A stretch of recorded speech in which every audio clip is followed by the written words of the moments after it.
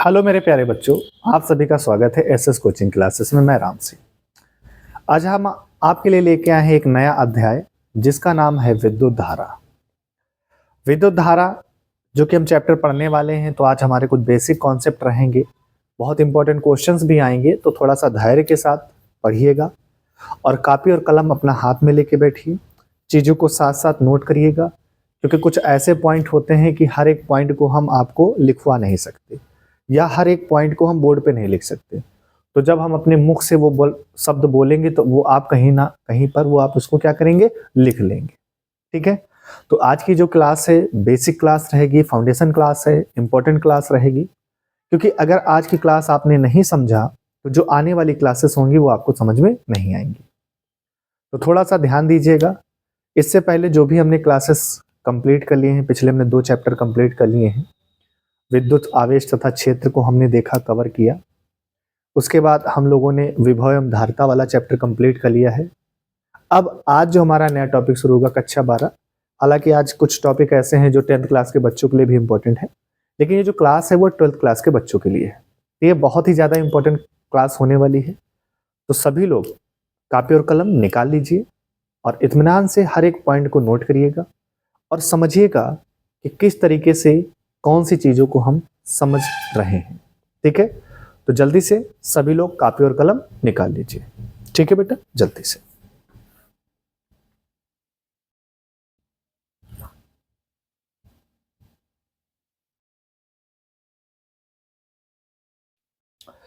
अब यहां पर सबसे पहला जो शब्द हमारे पास आने वाला है उसका नाम है विद्युत धारा। विद्युत धारा चैप्टर का नाम है। इंग्लिश में इसको बोलते हैं इलेक्ट्रिक करंट। क्या बोलते हैं? इलेक्ट्रिक करंट बोलते हैं। अगर हम आम भाषा में इसको समझने की कोशिश करें, धारा का मतलब समझें, तो धारा का मतलब होता है प्रवाह। प्रवाह मतलब बहाव। जैसे आपने देखा होगा पानी की धारा या दूध की धारा, है ना, या हम कहते हैं कि हवा का प्रवाह। तो इस तरह से जो प्रवाह यानी धारा का मतलब यहां पर है प्रवाह। प्रवाह का मतलब होता है कि कोई चीज एक जगह से दूसरी जगह पर जा रही है, तो ये उसका क्या कहलाता? प्रवाह कहलाता। जैसे धारा का प्रवाह हम कहेंगे, जैसे पानी का प्रवाह, तो पानी के प्रवाह का मतलब है कि जो पानी के कण हैं, जो पानी के पार्टिकल्स हैं, वो एक जगह से दूसरी जगह पर क्या हो रहे हैं? बह रहे हैं। तो इसको हम क्या बोलेंगे? प्रवाह बोलेंगे। तो यहां पर हमारे पास जो अगला है, जो शब्द हमारे पास है, उसका नाम है विद्युत धारा। तो विद्युत धारा का मतलब सर प्रवाह, लेकिन सर किसका प्रवाह? तो आइए हम इसको एक फार्मूले के हिसाब से समझते हैं। हम लोग जानते हैं कि विद्युत धारा का जो बेटा फार्मूला होता है वो I बराबर Q/T होता है। ये विद्युत धारा का फार्मूला होता है, जहां पे मैं आपको बता दूं, Q जो है बेटा आपका आवेश है और जो T है वो आपका समय है। एक बात याद रखना, देखिए अगर आप कभी भी फार्मूले से डिफिनेशंस याद करते हैं तो भूलने के चांसेस उसके बहुत कम हो जाते हैं, यानी आप उसको नहीं भूल पाएंगे। लेकिन अगर आप उनको, अगर कुछ डिफिनेशंस ऐसी भी होती हैं, वैज्ञानिक के कथन होते हैं, उनको हमें याद करना होता है, लेकिन अधिकतर हमें जो डिफिनेशंस है उसको फार्मूले के बेसिस पे याद करना चाहिए, क्योंकि अगर मुझे फार्मूला याद है तो उसकी डिफिनेशन भी हमें याद रहेगी। याद रखना, कभी भी अगर ऐसी इस तरीके से सिचुएशन में भौतिक राशियां दी गई हो, जैसे आवेश है और टाइम है, तो अगर कभी भी टाइम हर में हो, टाइम बेटा कहाँ हो? हर में हो, तो जब कभी भी बेटा टाइम हमारा हर में हो तो उसको दर पढ़ा जाता है। क्या पढ़ा जाता है? दर। अगर और कोई भौतिक राशि होगी तो उसको इकाई पढ़ा जाता है, लेकिन अगर टाइम कभी भी हर में हो तो उसको दर पढ़ा जाता है। तो यहां पर विद्युत धारा की परिभाषा क्या बनेगी? आवेश प्रवाह की दर को, आवेश समय को क्या पढ़ रहे हैं? दर पढ़ रहे हैं, तो आवेश प्रवाह की दर को विद्युत धारा कहते हैं। सिंपल सी बात। किसी चालक में आवेश प्रवाह की दर को, आवेश प्रवाह की दर को, आवेश प्रवाह की दर को विद्युत धारा कहते हैं। पहला पॉइंट समझ। अब विद्युत धारा का मात्रक क्या होता है? तो विद्युत धारा का मात्रक होता है मेरे बच्चे एम्पियर। क्या इसका मात्रक होता है सर? एम्पियर। इसको शॉर्ट में एएमपी लिखा जाता है, या किसी किसी बुक में ए भी लिखा है, तो आप शॉर्ट में ये भी लिख सकते हो। तो इसका मात्रक क्या है? एम्पियर है। क्लियर है? एग्जाम में आपसे क्वेश्चन पूछा जाता है कि सर 1 एम्पियर की परिभाषा बताइए। क्या पूछा जाता है आपसे? 1 एम्पियर की परिभाषा बताइए। क्या होगी 1 एम्पियर की परिभाषा, ये आपसे एग्जाम में पूछा जाता है। तो सपोज करिए यहां पर हम मान लेते हैं, क्या मानेंगे सर, यदि हम मान लेते हैं जो आवेश है वो 1 कूलाम है, क्या है 1 कूलाम है, और टाइम यानी समय जो है वो 1 सेकेंड है, ठीक है। उस कंडीशन में तो यहां पर अगर मैं इस मान को 1 को यहां पे रखूंगा, t इक्वल टू 1 है यहां पे रखूंगा, तो जो ओवरऑल वैल्यू हमें I की मिलेगी वो कितनी मिलेगी बेटा 1, और धारा का मात्रा क्या होता है, एम्पियर होता है। तो यही हमारी क्या बन जाएगी, परिभाषा बन जाएगी। कैसे बनेगी, ध्यान से सुनिए। परिभाषा क्या बनेगी, 1 कूलाम आवेश को, किसी चालक में 1 कूलाम आवेश को 1 सेकंड तक प्रवाहित करने पर, 1 कूलाम आवेश को 1 सेकंड प्रवाहित करने पर उस चालक में प्रवाहित जो धारा होगी, उस चालक में जो प्रवाहित धारा होगी वो 1 एम्पियर के बराबर होगी। क्या कहा, एक बार फिर से ध्यान से सुनिएगा। 1 कूलाम आवेश को 1 सेकंड तक प्रवाहित करने पर चालक में प्रवाहित धारा 1 एम्पियर के बराबर होगी। ये हमने आपको बात यहां पर बता दी। क्लियर इतनी बात? यानी धारा का मतलब आपको समझ में आ गया कि आवेश प्रवाह की दर को हम लोग विद्युत धारा कहते हैं। इसका मात्रक क्या होता है, एम्पियर होता है। और 1 एम्पियर की हमने आपको परिभाषा भी बता दी, तो जो मैंने बोला है टू द पॉइंट आप लिख भी सकते हैं, ठीक है। इतना पढ़ने के बाद एक और मजेदार यहां पर शब्द आता है जिसका नाम है विद्युत वाहक बल। आप लोग जानते हैं इसको, विद्युत वाहक बल इंग्लिश में बोला जाता है इलेक्ट्रोमोटिव फोर्स। क्या है इलेक्ट्रोमोटिव फोर्स? शॉर्ट में ये आपको लिखा मिलेगा ईएमएफ। क्या होता है ये ईएमएफ, इसको भी समझ लेते हैं।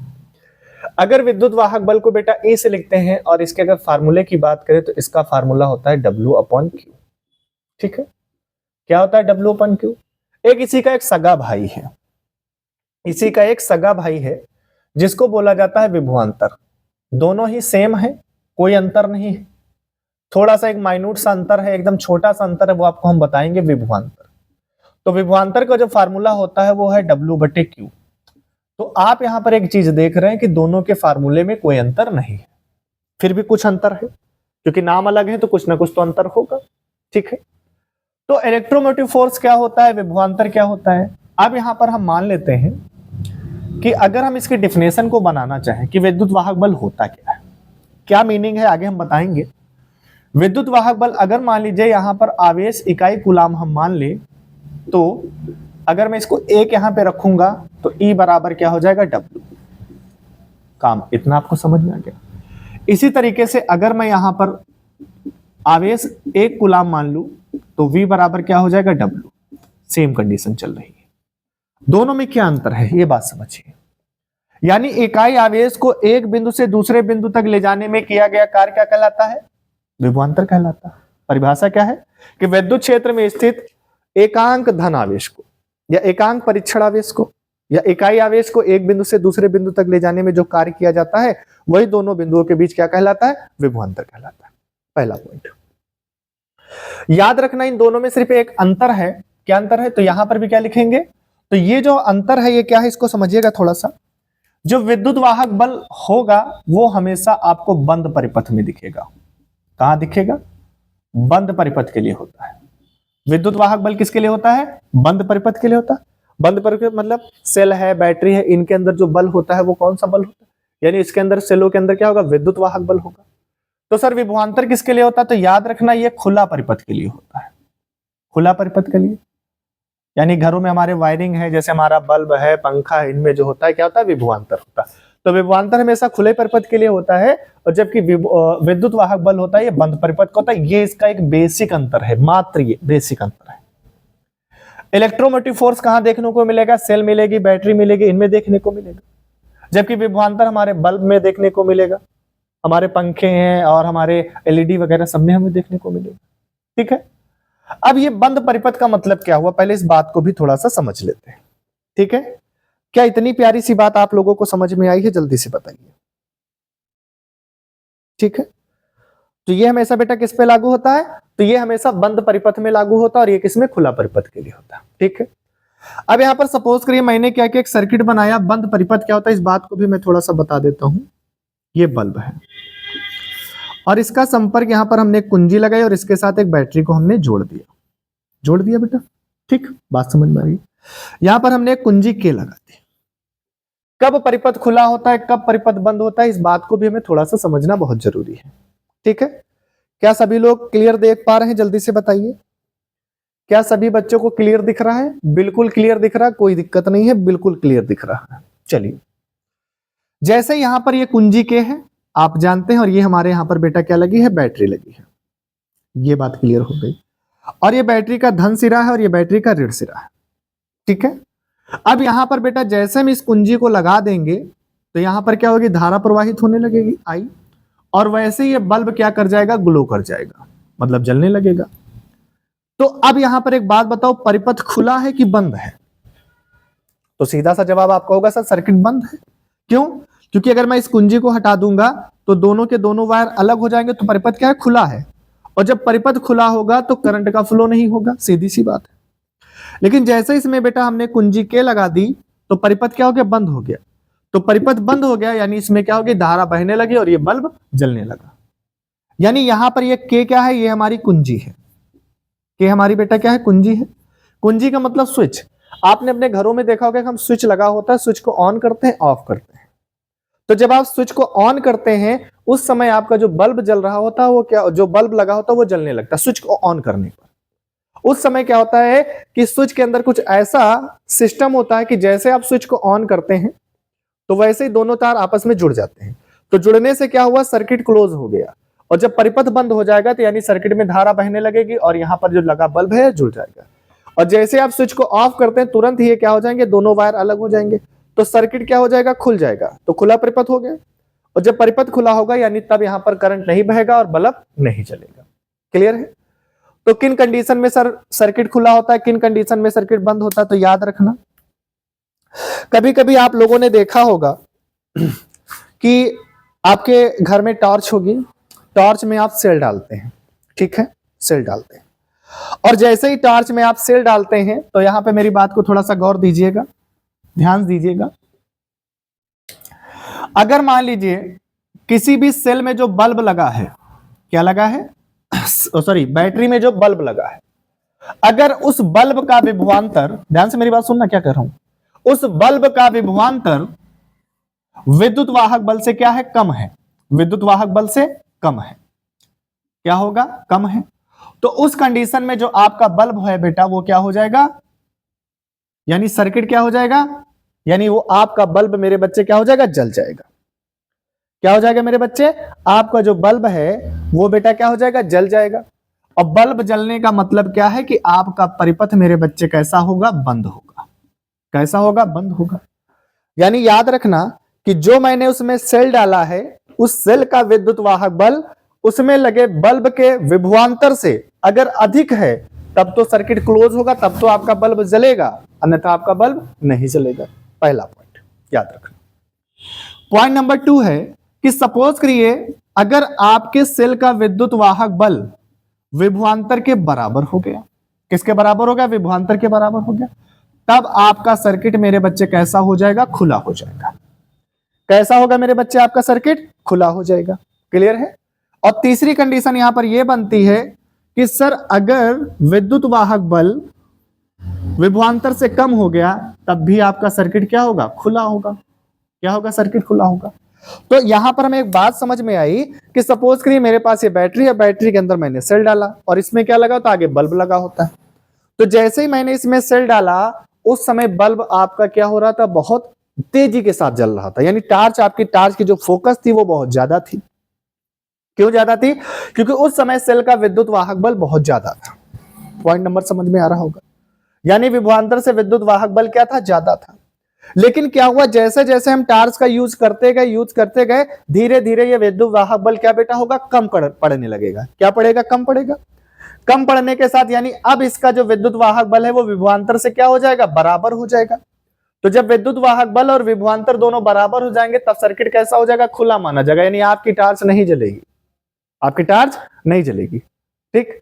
लेकिन फिर धीरे धीरे क्या होगा? यहां पर देखिए जब मान लीजिए विद्युत वाहक बल और खर्च होता है ना, विद्युत बल, विभवांतर कभी नहीं, देखो एक बात समझ लो, विद्युत वाहक बल समय के साथ समाप्त होता है, समय के साथ खर्च होता है, लेकिन विभवांतर कभी भी समय के साथ खर्च नहीं होता।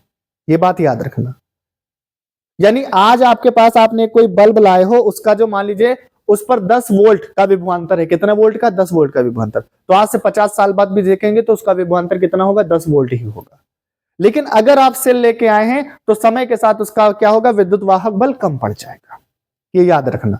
विभव और विभवांतर में एक अंतर और है ये, कि विद्युत वाहक बल समय के साथ खर्च होता है, जबकि विभवांतर समय के साथ खर्च नहीं होता है। समझ में आया आपको? ठीक है।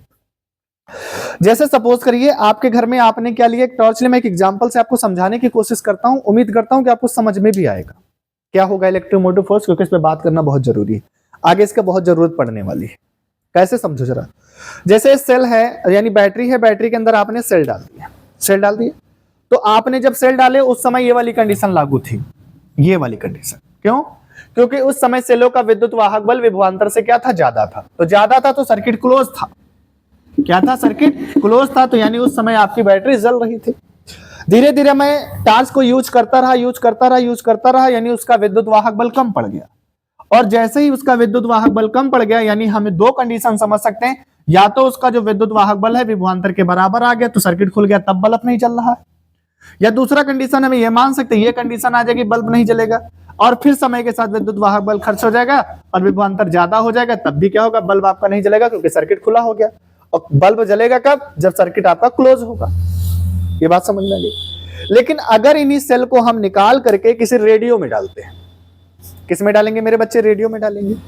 यानी एक ऐसे डिवाइस में हम इन सेलों का यूज कर रहे हैं जिसका विभवांतर कम है। जैसे यहां पर मान लीजिए कि हमारे पास जो टार्च है, टार्च में जो बल्ब लगा है उसका जो विभवांतर है वो 20 वोल्ट है। कितना वोल्ट है? 20 वोल्ट है मान लेते हैं। और मैंने जो सेल डाला उसका विद्युत वाहक बल मैं मान लेता हूं कितना था, लगभग मान के चलो मैं मान लेता हूं 40 वोल्ट था, मान लेता हूं धीरे धीरे। और धीरे धीरे समय के साथ क्या होगा? विद्युत वाहक बल कम पड़ा। तो यानी 20 वोल्ट का जो बल्ब लगा था और जो सेल का विद्युत वाहक बल दोनों बराबर हो गए, तो सर्किट क्लोज हो जाएगा, बल्ब आपका नहीं जलेगा। लेकिन हम क्या करें कि हम ऐसी दूसरी डिवाइस ले ले जहां पर जो विभवांतर है वो कितना हो? 10 वोल्ट का हो, लेकिन अभी विद्युत वाहक बल हमारे पास कितना? 20 का है। तो जैसे हम इसको उसमें डालेंगे तो वो क्या होगी? डिवाइस क्या होगी? एक्टिव हो जाएगी, चलने लगेगी। फॉर एग्जाम्पल अगर हम बैटरी से निकाल करके हम सेल को बाजे में डालते थे तो हमारे से बाजा क्या होता था? बजने लगता था। क्या होता था? बजने लगता था। क्यों? क्योंकि उस कंडीशन में क्या होता था कि जो हमारे विद्युत वाहक बल यहां पर जो बैटरी में लगे बल्ब के बराबर हो गया है, उसके लिए पहले वाली कंडीशन बन जाती है। यानी वहां पर जो डिवाइस है उसका क्या है? विभवांतर कम है। किससे? विद्युत वाहक बल से। तो वहां पर क्या होगा? बाजा बजने लगेगा, क्योंकि बंद परिपथ हो जाएगा। बात समझ में आ रही है? ठीक है। तो ये हमारी कहानी थी कि कब विद्युत वाहक बल यानी कब परिपथ खुला होगा और कब परिपथ बंद होगा। ये आपको कहानी समझ में आई होगी, उम्मीद करता हूं। बहुत ही बेसिक तरीके से हमने आपको समझाने की कोशिश की है। अब आइए विद्युत वाहक बल की परिभाषा क्या लिखोगे? तो लिखोगे किसी बंद परिपथ में, ये बंद परिपथ है ना, तो किसी बंद परिपथ में एकांक आवेश को एक बिंदु से दूसरे बिंदु तक ले जाने में किया गया कार्य विद्युत वाहक बल कहलाता है।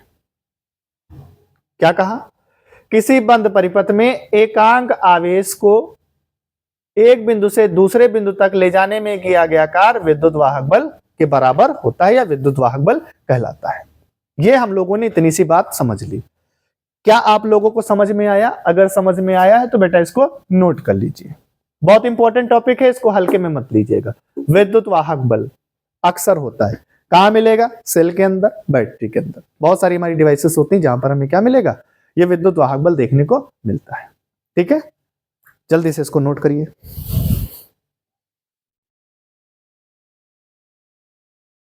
देखिए बेटा अगला हमारा जो टॉपिक है इसी में वो है धारा का अनुगमन वेग। क्या होता है धारा का अनुगमन वेग? आपकी किताबों में बहुत ज्यादा कॉम्प्लिकेटेड परिभाषा लिखी हुई है, कोई कोई राइटर बहुत ज्यादा कॉम्प्लिकेटेड लिखा हुआ है। तो इसको आइए हम समझ लेते हैं कि आखिर वास्तव में अनुगमन वेग होता क्या है। थोड़ा सा समझने की कोशिश करिएगा।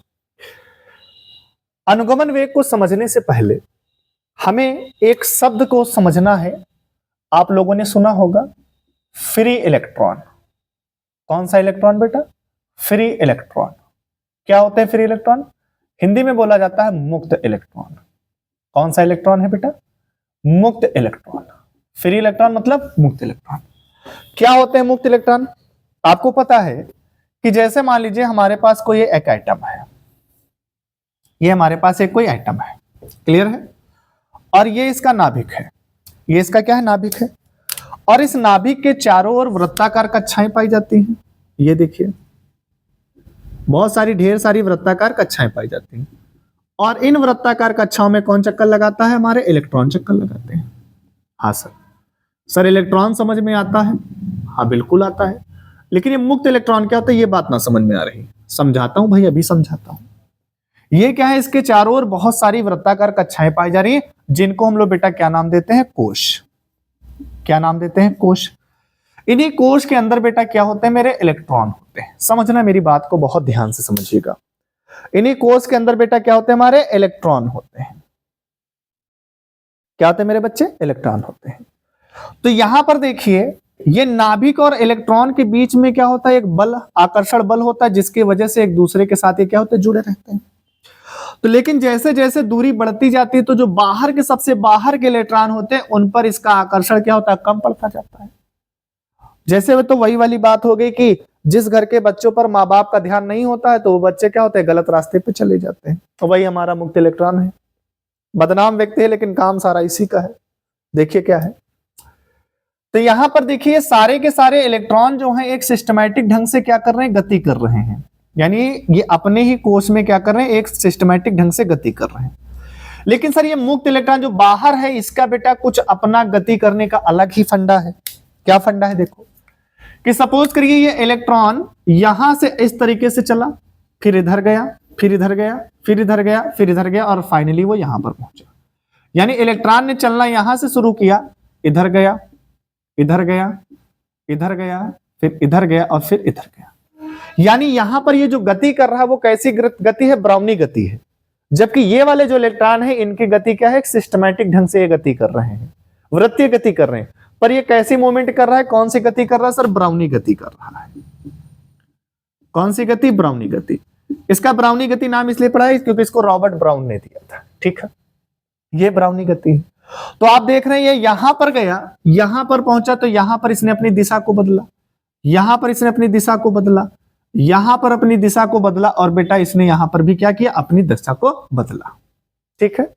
और फिजिक्स में ऐसा माना जाता है कि अगर कोई चीज अपनी दिशा को बदल रही है, तो कहीं ना कहीं वो उस जगह पर क्या होगी, कुछ समय के लिए रुकी होगी।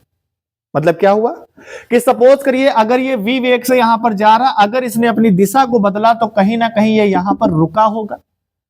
रुका क्यों होगा, क्योंकि यहां पर ये टकराया होगा।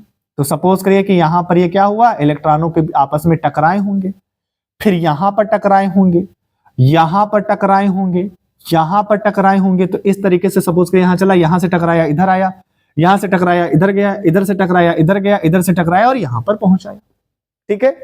तो फिजिक्स में ऐसा माना जाता है कि जब कोई चीज अपनी दिशा बदलती है, तो वो उस समय क्या होती है, कुछ ना कुछ समय के लिए ठहरती यानी रुकती है। यानी कहने का मतलब है कि उसका वेग कहीं ना कहीं शून्य होता है, ठीक है।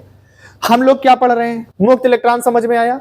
तो नाभिक यानी किसी भी परमाणु में जो सबसे बाहर के जो इलेक्ट्रॉन होते हैं, उन्हीं को बेटा क्या बोलते हैं, मुक्त इलेक्ट्रॉन बोलते हैं। और वे मुक्त इलेक्ट्रॉन कैसी गति करते हैं सर, इस तरीके से ब्राउनी गति करते हैं।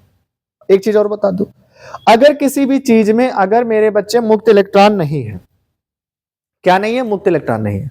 अगर किसी भी कंडक्टर है हमारे पास, कोई भी, अगर कोई भी चालक है, अगर उसके पास मुक्त इलेक्ट्रॉन नहीं, तो यानी उसके अंदर क्या होगा, करंट नहीं फ्लो करेगा। हम कोई भी एक चीज ले लें, सपोज करिए मेरे पास ये मार्कर है, कि इस मार्कर में करंट का फ्लो होगा, आप कहेंगे सर नहीं होगा। जवाब क्या होगा, मुक्त इलेक्ट्रॉन नहीं है। क्या है, मुक्त इलेक्ट्रॉन नहीं है। आपके पास कोई प्लास्टिक का टुकड़ा है, उसमें करंट का फ्लो नहीं हो रहा है, क्यों नहीं हो रहा, क्योंकि सर उसके पास क्या नहीं है, मुक्त इलेक्ट्रॉन नहीं है। मैंने कॉपर का वायर लिया, कॉपर के वायर में मैंने करंट को भेजा, सर इसमें इलेक्ट्रॉन का प्रवाह यानी इसमें करंट बह रहा, दैट मींस इसके पास क्या, मुक्त इलेक्ट्रॉन है। आपने लोहे में करंट को भेजा, लोहे में करंट क्या होता है, फ्लो करता है। क्यों फ्लो कर रहा है, क्योंकि इसके पास क्या, मुक्त इलेक्ट्रॉन है। तो जिनके पास मुक्त इलेक्ट्रॉन होगा उनमें करंट का फ्लो होगा, और जिनमें मुक्त इलेक्ट्रॉन नहीं है उनमें करंट का फ्लो नहीं होगा, सीधी सी बात। अब आपके मन में एक विचार चल रहा होगा कि जैसे मैंने कहा सर लकड़ी में मुक्त इलेक्ट्रॉन नहीं है, तो उसमें भी करंट बह जाता जब भीगी होती। हाँ बिल्कुल होती है, बह जाता भाई, बिल्कुल। याद रखना, ये पॉइंट नोट कर लीजिएगा आप लोग, कि किसी भी ठोस में जो इलेक्ट्रॉन यानी किसी भी ठोस में जो धारा का प्रवाह होता है वो मुक्त इलेक्ट्रॉनों के कारण होता है, यानी इलेक्ट्रॉनों के कारण होता है। लेकिन किसी भी लिक्विड में, किसी भी द्रव में जो करंट का प्रवाह होता है वो आयन के कारण होता है, प्लस माइनस चार्ज बनने के कारण होता है। ये पॉइंट याद रखिएगा। तो यहां पर ये हमारे पास क्या समझ में आया सर? मुक्त इलेक्ट्रॉन समझ में आ गया।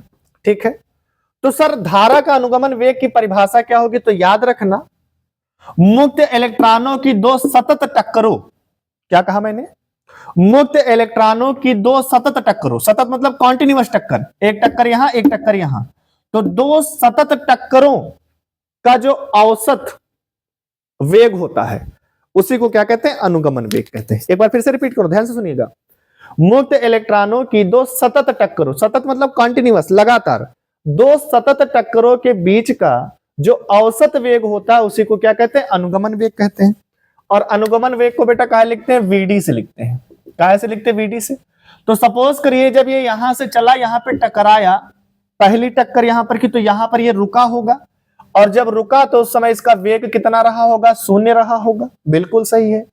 फिर यहां से चला, ये यहां तक आया, यानी इसका वेग कितना हो गया? v हो गया। और औसत निकालने तो 2 से भाग दोगे। किससे भाग दोगे मेरे बच्चे? 2 से इसको भाग दोगे, क्योंकि आप औसत निकाल रहे हो। तो औसत कैसे निकालते हैं? प्रारंभिक धन अंतिम होता है। क्या होता है मेरे बच्चे? प्रारंभिक धन अंतिम। तो इस तरीके से जो वीडी का फार्मूला हमारे पास बनेगा तो v/2 बनेगा। ये हमारा अनुगमन वेग का फार्मूला बन गया। क्या इतनी प्यारी सी बात सभी को समझ में आ गई? अब बेटा यहां पर एक और शब्द यूज होगा जिसका नाम है श्रांति काल, रिलैक्सेशन टाइम। श्रांति काल, शब्दों को समझिए, टर्मिनोलॉजी को समझिए, शब्दावली समझिए। श्रांति काल, relaxation time, relaxation time. Relaxation time को टॉ से लिखते हैं। ठीक है, रिलैक्सेशन टाइम को बेटा कहा लिखते हैं? टॉ से। तो यानी इसकी परिभाषा क्या होगी? रिलैक्सेशन टाइम का मतलब क्या है? रिलैक्स करना। एक टक्कर हो गई, रिलैक्स करेंगे हम। 2 टक्करें हो गई, फिर रिलैक्स करेंगे। तो क्या लिखोगे? मुक्त इलेक्ट्रॉनों की 2 सतत टक्करों के बीच का जो समय होता है उसे हम लोग क्या कहते हैं? श्रांति काल कहते हैं। क्या कहा? मुक्त इलेक्ट्रॉनों की 2 सतत टक्करों के बीच का जो समय होता है उसी समय को क्या बोला जाता है? टाइम दिया ना, रिलैक्सेशन टाइम, श्रांति काल। यहां पे टकराया, सुनिए ध्यान से, यहां पे टकराया, टकराने के बाद फिर अब कहां टकराएगा? यहां पे टकराएगा। तो इसके बीच का जो समय लगेगा उसी समय को तो क्या बोलेंगे? श्रांति काल बोलेंगे। उसी को तो रिलैक्सेशन टाइम बोलना है। क्लियर है? तो 2 सतत चक्रों के बीच का समय जो होता है उसी को क्या कहते हैं? श्रांति काल कहते हैं। ये बात आपको समझ में आएगी। आइए हम इन मुक्त इलेक्ट्रॉनों को थोड़ा सा एक सर्किट के माध्यम से समझने की कोशिश करते हैं, जिससे उम्मीद है मैं आपको बिल्कुल बेहतर समझा पाऊं। कि जैसे मान लीजिए कि हमारे पास एक कॉपर का वायर है। चलिए मैंने कॉपर का वायर ले लिया यहां पर, ठीक है, और इसको मैंने क्या किया? एक बैटरी से जोड़ दिया। ये बैटरी का पॉजिटिव टर्मिनल है, ये निगेटिव टर्मिनल है, आप जानते हो। यहां पर हमने कुंजी के लगा दी। अभी कुंजी नहीं लगाई है, सर्किट खुला है। और सपोज करिए इसके पास बेटा ये कॉपर का वायर है, तो इसके पास क्या है सर? मुक्त इलेक्ट्रॉन है। क्या है बेटा? मुक्त इलेक्ट्रॉन है। ये इसके पास क्या? मुक्त इलेक्ट्रॉन। क्या सर किसी भी चालक के पास मुक्त इलेक्ट्रॉन कितने होते? गिन के होता? नहीं बेटा, अनंत होते हैं। कितने हैं मुक्त इलेक्ट्रॉन? अनंत होते हैं। अनंत क्यों है? कि सपोज करिए कि किसी भी आपने मान लीजिए अपने घर में वायरिंग करवाई, या आपने कोई ऐसी डिवाइस लाया उसमें तार का यूज किया, और मान लीजिए उसके पास 1000 मुक्त इलेक्ट्रॉन थे, तो जब तक उसके अंदर मुक्त इलेक्ट्रॉन रहे तब तक तो करंट फ्लो करेगा, और जैसे मुक्त इलेक्ट्रॉन खत्म हो जाएगा तो वो तो इंसुलेटर बन जाएगा, धारा उसमें बहेगी नहीं। तो ऐसा तो कभी नहीं होता आपके घरों में, आप लोगों ने वायरिंग करवा दी, पापा ने कभी करवाया होगा सन 87 में, आज 2024 चल रहा है, और फिर भी उसी तार में करंट आज भी बह रहा है। क्यों? क्योंकि वहां पर उस चालक यानी तार के पास क्या? मुक्त इलेक्ट्रॉन है, यानी वो मुक्त इलेक्ट्रॉन कभी खत्म नहीं हुआ, यानी मुक्त इलेक्ट्रॉन कितने हैं? अनंत है। अब जैसे इस बात को यहां पे थोड़ा सा समझने की कोशिश करिएगा कि जैसे हम यहां से प्लस चार्ज, यानी जैसे हम यहां पर कुंजी लगाएंगे के, कुंजी क्या लगाएंगे बेटा? के, और जैसे ही के कुंजी लगाएंगे तो ये जो प्लस टर्मिनल होगा, जो प्लस वाला हिस्सा होगा, ये इलेक्ट्रॉन को अपनी ओर क्या करेगा, आकर्षित करेगा। ठीक है, तो ये इलेक्ट्रॉन बेटा क्या करेगा, अपनी तरफ आकर्षित करेगा। तो इलेक्ट्रॉन किधर आएंगे, प्लस के सिरे की तरफ आ जाएंगे। यानी अब ये इलेक्ट्रॉन बेटा किधर आने लगे हैं, इधर फ्लो करने लगे। ठीक है, तो सर ये सारे के सारे मुक्त इलेक्ट्रॉन प्लस सिरे पे आ जाएंगे, तो सर चालक के यानी कॉपर के पास तो मुक्त इलेक्ट्रॉन बचेंगे ही नहीं। तो भैया ये बहुत दिमागदार आदमी है। क्या दिमागदार आदमी है, कॉपर समझो। कॉपर ने मान लीजिए इनको 10-5 इलेक्ट्रॉन पहले दे दिए। हाँ बिल्कुल सही बात है, दे दिए। अब इसने क्या कहा भाई, बैटरी के प्लस हिस्से से कहा कि मैं इलेक्ट्रॉन आपको तभी देंगे, मतलब मैं आपको इलेक्ट्रॉन तभी दूंगा जब आप मुझे इलेक्ट्रॉन देंगे। बैटरी ने कहा अच्छा ये बात है, चलिए ठीक है, आपकी शर्त हमें मंजूर है, आप हमें मुक्त इलेक्ट्रॉन दीजिए, हम आपको मुक्त इलेक्ट्रॉन देंगे। तो सर कॉपर को मुक्त इलेक्ट्रॉन कौन देगा, तो बेटा ये जो बैटरी का निगेटिव टर्मिनल होता है, कौन सा टर्मिनल, निगेटिव, ये निगेटिव टर्मिनल बेटा क्या करेगा, इलेक्ट्रॉन कहां भेजेगा, सर ये इलेक्ट्रॉन भेजेगा किसके पास, इस कंडक्टर के पास, इस कॉपर तार के पास। तो इधर से ये इलेक्ट्रॉन इधर आएंगे और इधर से फिर ये इलेक्ट्रॉन कंडक्टर के पास जाएंगे। तो कंडक्टर पॉजिटिव के पास भेजेगा और निगेटिव वाला किसके पास भेजेगा, कंडक्टर के पास भेजेगा। क्लियर है। और याद रखना यहां पर जो इलेक्ट्रॉन का फ्लो होता है, वो इलेक्ट्रॉन का बेटा फ्लो किधर हो रहा, इधर हो रहा, लेकिन यहां पर जो धारा का प्रवाह होगा हमेशा इसके विपरीत होगा। यानी मुक्त इलेक्ट्रॉनों के विपरीत, यानी मुक्त इलेक्ट्रॉनों का जिधर प्रवाह होता है उसके विपरीत ही हमेशा क्या होती है, धारा बहती है। और धारा की परिभाषा में हमने आपको बताया था आवेश प्रवाह, यानी आवेश प्रवाह की दर को क्या कहते हैं, विद्युत धारा। तो आवेश प्रवाह का मतलब सर इलेक्ट्रॉन, और इलेक्ट्रॉन पर कैसा चार्ज होता है, निगेटिव चार्ज। तो किसका प्रवाह हो रहा है सर, इलेक्ट्रॉन का प्रवाह हो रहा है। और जब इलेक्ट्रॉन का प्रवाह होगा तो धारा इस तरीके से बहेगी। तो धारा हमेशा इलेक्ट्रॉनों के चलने की विपरीत दिशा में बहती है। उम्मीद करता हूं ये आपको समझ में आया होगा। क्लियर है, तो जल्दी से इसको नोट कर लीजिए।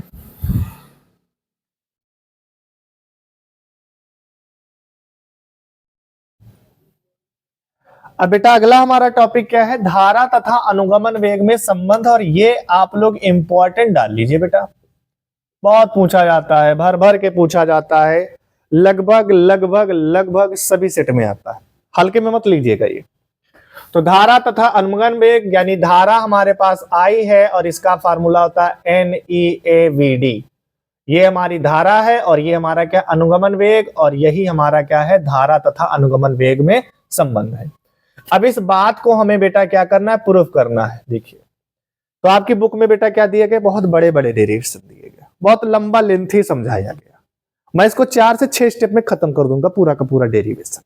समझिए कैसे, कि सपोज करिए मान लीजिए हमारे पास एक कंडक्टर तार है, ये मैं सिर्फ समझाने के लिए बना रहा हूं, आपको एग्जाम में इसको नहीं बनाना है। ठीक है, यहां पर इसके अंदर बेटा क्या है, इलेक्ट्रॉन है, चालक के अंदर क्या है, इलेक्ट्रॉन है। इसका क्षेत्रफल क्या है, A है, और ये इलेक्ट्रॉन फ्लो कर रहे हैं तो इसका वेग क्या है, VD है। वेग क्या है, VD है। और जो इलेक्ट्रॉनों की संख्या वो क्या, N है। क्या सब कुछ है, N इलेक्ट्रॉनों की संख्या है। E क्या है, इलेक्ट्रॉन है। A क्या है, इसका क्षेत्रफल है, अनुप्रस्थ काट का क्षेत्रफल, और VD क्या है, इसका वेग है। ये समझो। अब इसको हम कैसे लिखेंगे, सबसे पहले हम लिखेंगे इकाई समय में, इकाई समय में प्रवाहित होने वाले इलेक्ट्रॉन। तो इकाई समय में कितना इलेक्ट्रॉन प्रवाहित होना, हमको ये लिखना है, इलेक्ट्रॉन की संख्या। इलेक्ट्रॉन अच्छा नहीं लग रहा था, इलेक्ट्रॉनों की संख्या। तो इकाई समय में इलेक्ट्रॉन कितने, नंबर ऑफ N इलेक्ट्रॉन है ना बेटा, नंबर ऑफ N इलेक्ट्रॉन है। और ये क्या है, ये इसके अंदर, यानी ये आयतन है। तो क्या है, आयतन है। तो कितने क्षेत्रफल में बह रहे हैं बेटा, A। तो क्षेत्रफल क्या हो जाएगा, A। और वेग क्या है, VD। अब एक बात समझ लेना, यहां पर इकाई समय में जो वेग होता है वो बेटा क्या बन जाता है, दूरी बन जाता है। क्या कहा, इकाई समय में वेग जो होता है वो दूरी बन जाता है। तो यहां पर वेग क्या है, VD है, तो ये क्या बन जाएगा, दूरी बन जाएगा। तो यानी ये क्या हो जाएगा, VD हो जाएगा। अब ध्यान से देखो, क्षेत्रफल यानी लंबाई गुणे चौड़ाई, और यहां पर ये क्या हो जाएगा, VD वेग, ये भी क्या है, दूरी है। तो इस तीनों का गुणा कराएंगे तो क्या हो जाएगा, आयतन हो जाएगा। तो हम ये कह सकते हैं कि आयतन यानी इसके आयतन में कितने इलेक्ट्रॉन उपस्थित हैं, तो सर n इलेक्ट्रॉन उपस्थित हैं। पहला पॉइंट समझ में आया होगा। अब हम लिखेंगे इसलिए t समय में, कितने समय में बेटा, इकाई समय में हमने लिख लिया। अब हम क्या लिखेंगे, t समय में प्रवाहित होने वाले इलेक्ट्रॉनों की संख्या। इकाई समय में इतने जा रहे तो बेटा टी समय में मतलब टी से मल्टीप्लाई हो जाएगा, तो एन ए वी डी और बेटा क्या हो जाएगा, टी हो जाएगा। क्लियर है?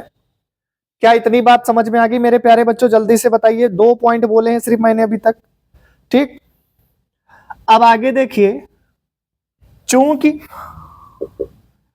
एक इलेक्ट्रॉन, कितना बेटा, एक इलेक्ट्रॉन पर अब आप क्या निकालोगे, आवेश। तो एक इलेक्ट्रॉन पर आवेश क्या है, ई माइनस है। ठीक है, तो अब हम निकालेंगे, इसलिए टी समय में, टी समय में प्रवाहित, टी समय में प्रवाहित होने वाले इलेक्ट्रॉनों पर आवेश, तो टी समय में कितने इलेक्ट्रॉन प्रवाहित हो रहे हैं, उन पर क्या होगा, आवेश होगा। तो एक बात सोचो, एक इलेक्ट्रॉन पर कौन सा आवेश है, ई आवेश है। तो टी से, टी समय पर क्या हो रहा है, इसको टी से मल्टीप्लाई कराएगा, तो इधर भी बेटा क्या करेंगे, टी से मल्टीप्लाई कराएंगे, तो ई इंटू टी हो जाएगा। और टी की वैल्यू कितनी है, एन ए वी डी, और बेटा इधर क्या है, टी। टी समय में इतने इलेक्ट्रॉन जा रहे हैं और एक इलेक्ट्रॉन पर कितना आवेश है, ई, तो इधर भी बेटा क्या करोगे, ई से मल्टीप्लाई करा दोगे। क्लियर है इतनी बात? ये बात आपको समझ में आ गई? तो ये हमारे पास क्या बन गया, Q बराबर हमारे पास वैल्यू निकल आई है। चूंकि हम जानते हैं, दिख रहा है सभी को, जल्दी से बताइए क्या दिख रहा है, हाँ दिख रहा है। चूंकि हम जानते हैं कि I बराबर बेटा क्या होता है, Q बटे T होता है। ठीक है, अब यहां से अगर हम इसके मान को भरें तो क्या हो जाएगा, N A V D T into E, और अपॉन में बेटा क्या है, टी, तो टी से टी कट जाएगा और इसको हम सिंप्लीफाई करेंगे तो आई बराबर हमारे पास क्या मिला, एन ए वी डी और बेटा ये ई। तो यही बेटा हमें क्या निकालना था, धारा तथा अनुमगन वेग में संबंध को हमें यह निकालना था। ठीक है, इतनी बात समझ में आ गई। लेकिन कभी भी यहां से क्वेश्चन इतना करने के बाद एक क्वेश्चन और यहां से बनता है, वो बनता है धारा घनत्व, धारा घनत्व तथा अनुगमन वेग में संबंध। तो ये हमसे पूछा जाता है कि धारा तथा अनुगमन वेग में संबंध कभी कभी हमसे बेटा पूछ लिया जाता है। ठीक है, धारा तथा अनुगमन वेग में संबंध। सबसे पहली बात हम ये समझ लेते हैं कि धारा घनत्व होता क्या है। धारा घनत्व, तो घनत्व का मतलब एकांक क्षेत्रफल। तो एकांक क्षेत्रफल में कौन, धारा उपस्थित हो, एकांक क्षेत्रफल में उपस्थित धारा ही क्या कहलाती, धारा घनत्व। और धारा घनत्व को बेटा जे से लिखते हैं, एकांक क्षेत्रफल में उपस्थित धारा ही क्या कहलाती, धारा घनत्व कहलाती। तो इसका फार्मूला क्या बनेगा, जे बराबर आई ए। इसको हम मान लेते हैं, सपोज करिए इसको समीकरण 1 मान लेते हैं। यहां पर क्या करते हैं, समीकरण इसको 1 यहां पर मान लेते हैं। दिख रहा है सबको, दिख रहा है। अगर आप इसको समीकरण 1 मानोगे तो बेटा हम यहां पर क्या लिख सकते हैं, समीकरण किससे, 1 से। समीकरण 1 से यहां पर हो जाएगा जे बराबर आई का मान कितना आया बेटा, आई का मान आया है एन ए वी डी और ई, और अपॉन में बेटा क्या है, ए है। ये धारा घनत्व का फार्मूला होता है। ए से ए को कैंसिल आउट करोगे तो जे बराबर क्या आएगा, एन वी डी ई। तो यहां पर आप देख रहे हैं यही बेटा क्या है, धारा घनत्व और अनुगमन वेग। धारा घनत्व जे और अनुगमन वेग वी डी। तो धारा घनत्व और अनुगमन वेग में क्या होता है बेटा, ये हमारे पास संबंध का सूत्र होता है। ठीक है, अब एक बात यहां पर और समझ में आपको आ रही होगी कि जो धारा घनत्व का मान होता है, कौन सा बेटा, धारा घनत्व का जो मान होता है वो उसके क्षेत्रफल पे निर्भर नहीं करता, क्योंकि यहां पर ए है नहीं। क्लियर है, वो किस पे निर्भर करेगा, इलेक्ट्रॉनों की संख्या पे निर्भर करेगा, इलेक्ट्रॉन पर आवेश पे निर्भर करेगा, और इलेक्ट्रॉन का जो हमारा क्या है अनुगमन वेग है उस पर क्या करेगा, निर्भर करेगा। ये सबके क्या समानुपाती, अगर इलेक्ट्रॉनों की संख्या बढ़ाओगे तब भी क्या होगा, धारा घनत्व बढ़ेगा। Vd, यानी अनुगमन वेग बढ़ाओगे तब भी क्या होगा, धारा घनत्व तो बढ़ेगा, और इलेक्ट्रॉन आवेश अगर बढ़ाओगे तब भी बेटा क्या होगा, धारा घनत्व बढ़ेगा। क्लियर है, इतनी बात आपको समझ में आ गई। तो उम्मीद करता हूं कि ये इंपॉर्टेंट टॉपिक आपको समझ में आएंगे। कल की क्लास में हम आएंगे ओम के नियम के साथ, तब तक के लिए तैयार रहना, मिलेंगे फिर नए तरीके से नए जज्बात के साथ। तब तक के लिए नमस्कार, जय हिंद, मिलेंगे कल फिर। Thank you.